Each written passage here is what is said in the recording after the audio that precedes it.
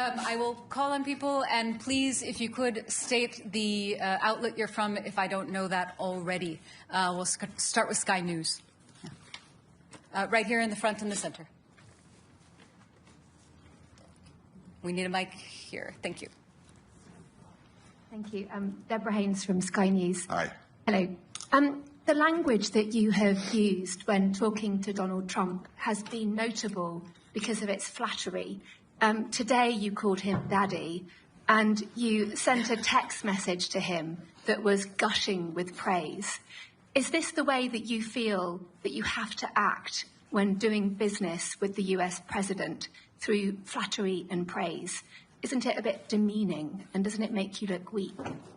No, I don't think so. I think it's a bit of a question of taste, but I think he's a good friend, and when he is doing stuff which is forcing us to, for example, when it comes to making more investments, I mean, would you ever think that this would be the result of this summit if he would not have been re-elected president? Do you really think that 7 or 8 countries who said, yeah, somewhere in the 2030s we might meet the 2%, we've now all decided in the last 4 or 5 months to get to 2%?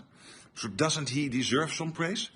And when it comes to Iran, the fact that he took this decisive action, very targeted, to make sure that Iran would not be able to get its hands on a nuclear capability, I think he deserves all the praise.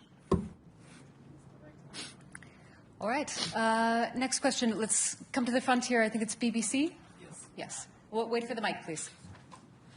Jamel Musi from Hi. BBC Persian TV. You said that attack against Iran was illegal and in accordance with the international law. But today, Kaya Kala said she is not sure that it was legal and in accordance with international law. Is there any kind of disagreement between you in NATO? No, there's not, but there will be many views always about international law. I think what the US did last weekend is justified. This is preventing Iran, and this is a request NATO has had for a long time, a position NATO has taken for a long time, that Iran should not get its hand on a nuclear deterrence. So I think it was totally justified what the US did. And I think it's also important that the American president is very much now working to get the ceasefire not only today and yesterday, but to have that ongoing over the coming weeks.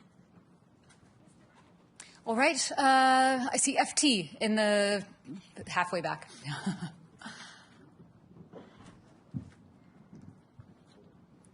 She has to hold it. Secretary General Henry Foy, Financial Times. Aye. The floor.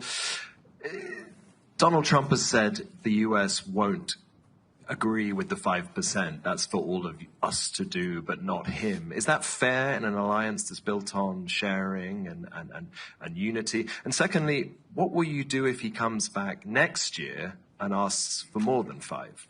Thank you. Well, when it comes to the 5%, there are the 2 elements. One is the 3.5% core defense spending. The US is more or less there. And when it comes to the 1.5% defense-related spending, we can safely assume